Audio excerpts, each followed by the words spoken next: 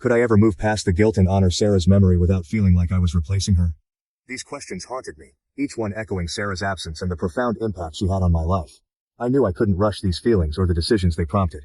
The days following my conversation with Emily were some of the most challenging I had ever faced.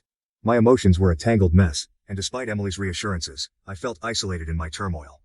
My feelings for Emily were becoming harder to ignore, yet every moment of happiness or connection I felt with her was immediately overshadowed by guilt and a deep-seated fear of betraying Sarah's memory.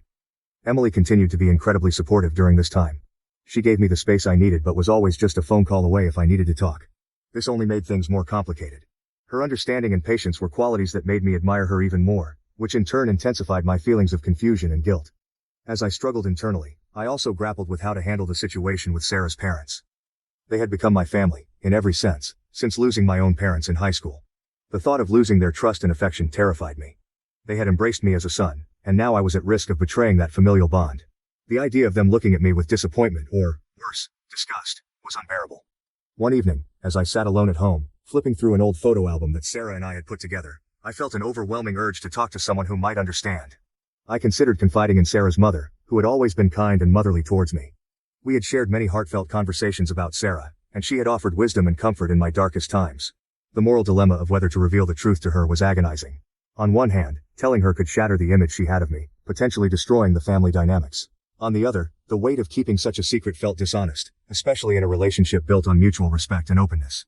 I wrestled with these thoughts for hours, the photo album open on my lap, Sarah's smiling face looking up at me, a silent reminder of the life we had shared. One particularly difficult day, I decided to visit Sarah's grave.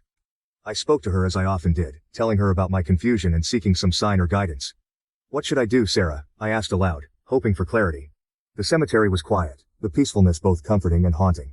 As I stood there, the reality of moving on seemed both necessary and impossible. A few days later, I made up my mind to talk to Sarah's mother. I invited her out for a coffee, a neutral place where we could talk openly. As we sat across from each other, the familiar warmth in her eyes made the words catch in my throat. But I had come this far. I couldn't back out now. I started by expressing how much her family meant to me, how they had filled the void my own parents left. Then, I cautiously broached the subject of Emily and me. I explained everything, from the night it happened to the emotional aftermath and how conflicted I felt. I emphasized that it wasn't something either of us had planned or anticipated, and how much I valued the family and didn't want to lose them. "Alex," she said gently, her voice steady but filled with emotion. "I won't pretend that I'm not disappointed, but I understand that grief can make us do things we might not otherwise consider. It doesn't excuse it, but it does explain it." She took a sip of her coffee, her eyes not leaving mine, ensuring I understood the gravity of her words. "You're right. You did betray the trust we had in you. But I also know you loved Sarah deeply, and I believe you still do.